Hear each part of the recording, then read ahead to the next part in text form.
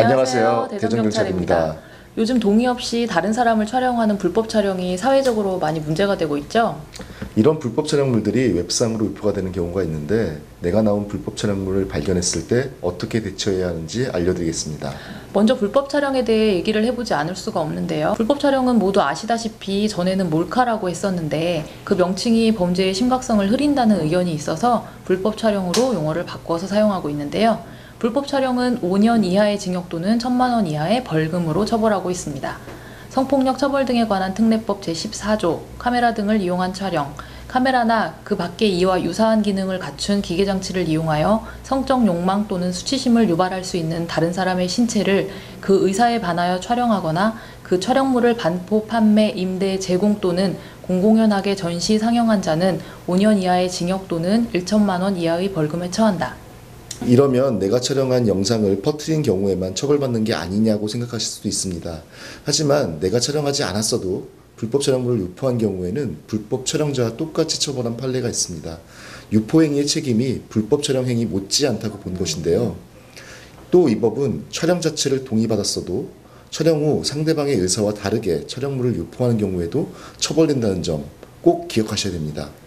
유포된 불법 촬영물을 피해자들이 SNS 등에서 직접 확인하는 경우가 전체 신고의 절반이 넘고요.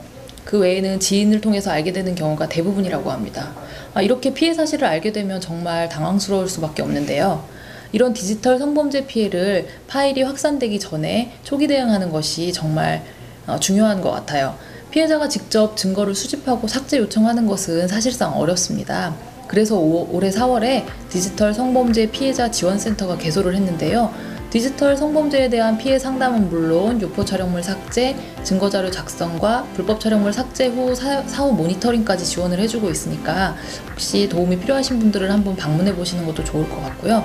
경찰도 신고를 접수하면 수사 외에 피해자 지원은 이 기관에 연계를 하고 있으니까 꼭 도움 받아 보셨으면 좋겠습니다. 불법 촬영 피해 신고는 가까운 지방경찰청 사이버 성폭력 수사팀이나 경찰서 여성청소년 수사팀을 찾아가시면 되는데요. 수사부서에 여성경찰관이 근무하고 있기 때문에 피해 상담이나 신고 후 조사 절차에 대해서 너무 걱정하시지 않으셔도 됩니다. 그리고 불법 촬영물을 신고하면 가장 궁금해하시는 점이 사건 처리가 얼마나 신속하게 이루어지는지인데요.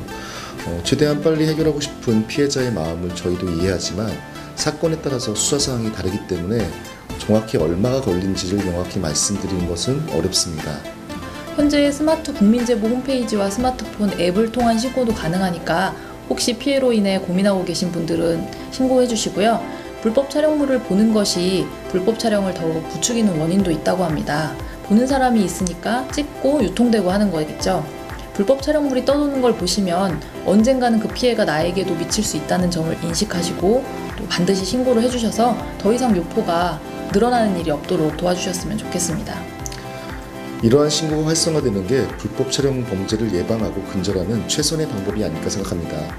오늘 영상은 여기서 마쳐야 될 것 같네요. 궁금했던 모든 분들께 도움이 되었길 바랍니다.